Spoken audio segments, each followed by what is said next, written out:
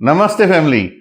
आज मेरे घर पे बनी है एग बुर्जी, उसके साथ चपाटी और हम सिंधियों का फेवरेट पापड़।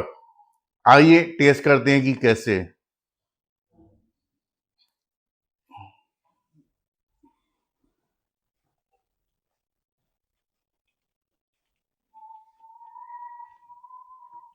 वाह, क्या बात है, गजब, एकदम जबरदस्त।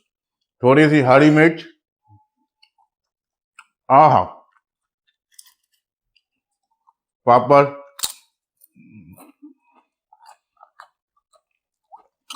गजब, मजा आ गया।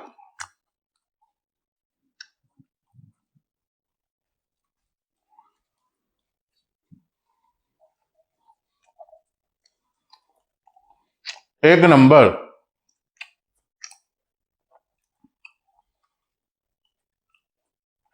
अगर आपको मेरे वीडियोस अच्छे लगते हैं तो प्लीज लाइक करें, फॉलो करें, शेयर करें, सब्सक्राइब करें।